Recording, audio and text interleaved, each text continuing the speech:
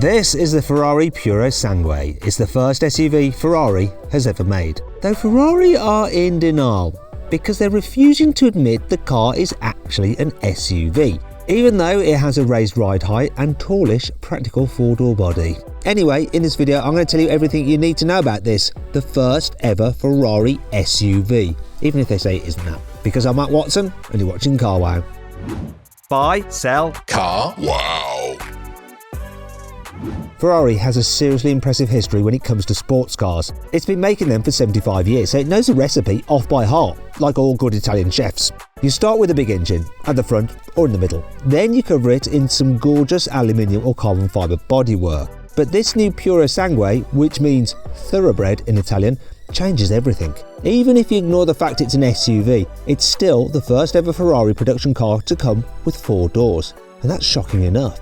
But despite all that, it's not like Ferrari's designers started with a completely blank sheet of paper. The Puro-Sangue borrows plenty of design cues from other, more normal Ferraris. The headlights look a bit like stretched versions of the ones on the SP1 Monza. And from the side, the air vent behind the front wheels and the shape of the windows reminds me of the old Ferrari FF.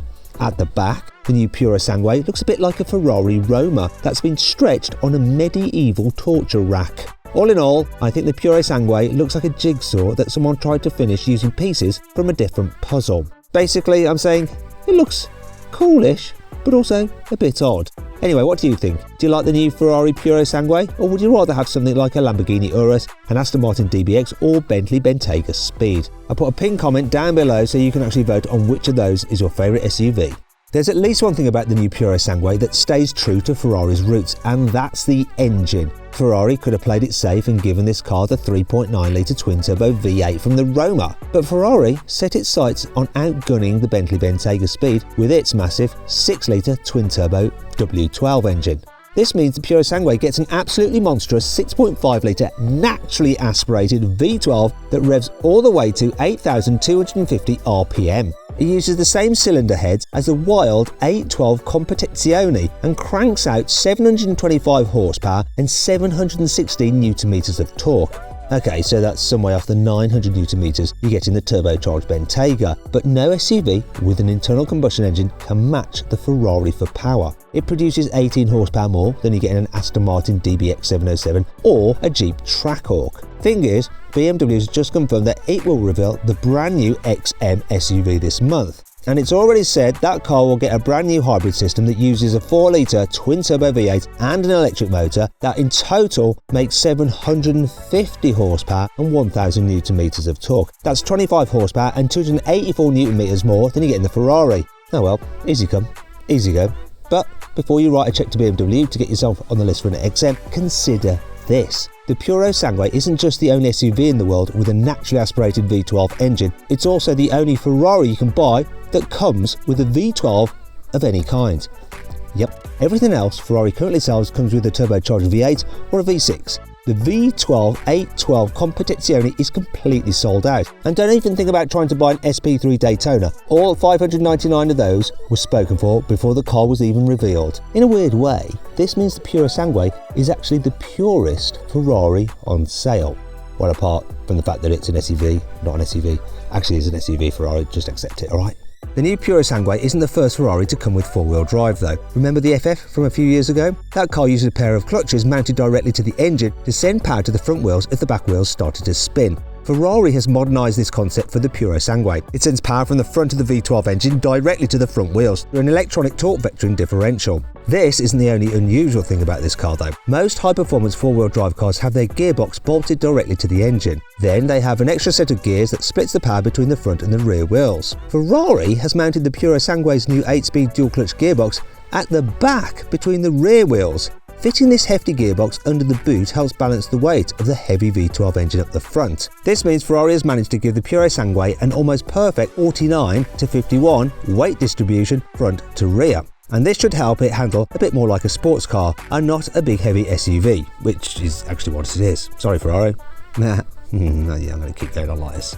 Speaking of heavy, how much does the new Puro-Sangue weigh? Well, Ferrari says it tips the scales at 2,033 kilograms, but this is what's called the dry weight. This means it's weighed the car without fluids like petrol and oil, so the actual weight will be quite a bit more than that. It's probably in the same ballpark then as a Lamborghini Urus Performante, an Aston Martin DBX 707 and a Porsche Cayenne Turbo GT, and all those cars weigh around 2.2 tonnes. The Ferrari does come with a carbon fibre roof like the Porsche though, which should help reduce the centre of gravity and improve the car's handling. Huge SUVs don't usually have very interesting aerodynamics, but Ferrari has come up with some clever ways to help the Purasangue slip through the air as cleanly as possible. It uses specially designed vents in the edges of the bonnet to help suck hot air out of the engine bay and reduce drag at the same time. The wheel arches also have special undercuts around them to create a curtain of air that reduces drag around the front and rear wheels. The front splitter, smooth underfloor and rear diffuser have all been designed to reduce drag. And Ferrari shaped the rear wing to create vortices that reduce drag and help clean dirt off the rear windscreen. As an added bonus, this means the Purasangue doesn't need an ugly rear wiper.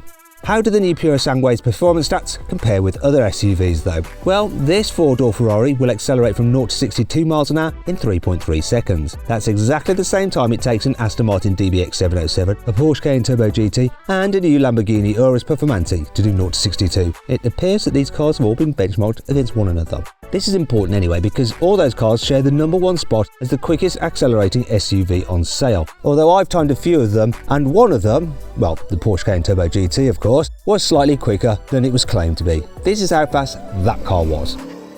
3.14 seconds! However, acceleration is only half the story. What about top speed? Well, the Ferrari Purasangue tops out at more than 192 miles an hour. That's 310 kilometers an hour in case you're wondering.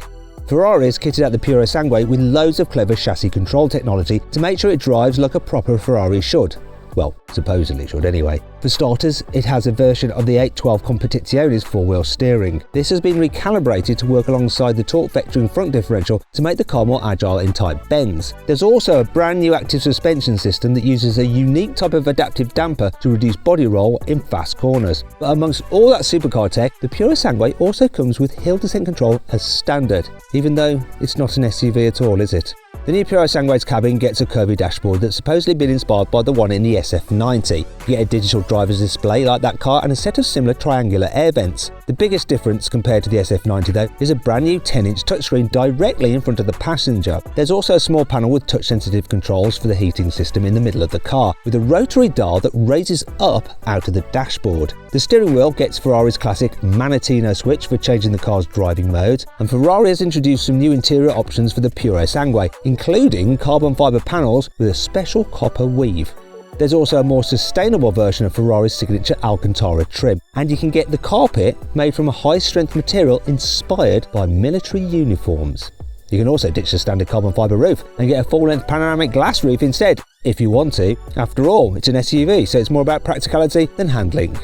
One of the coolest things though about the new Purasangue are its rear doors. These are hinged backwards, just like the ones on a Rolls-Royce Cullinan, another SUV. But unlike the car, you cannot get a 5-seat version of the Purasangue. It's strictly a 4-seater, so it has just 2 back seats, which means it can carry no more people than the old GTC4 Lusso. This sounds a bit daft, but it's exactly the same story with the Cayenne Turbo GT, which also only has 2 back seats, and it's still an SUV. Just like in that car, tall adults might struggle to get comfortable in the back of this Ferrari as well, but that's the price you pay for a swoopy roofline on your SUV. I'm going to stop saying SUV now, I think you've got the point right. Anyhow, it's not all bad news. The Purasangue's 473-litre boot is the largest of any production Ferrari, and you can get a special fitted luggage set to make the most of it too. Well, for a price of course.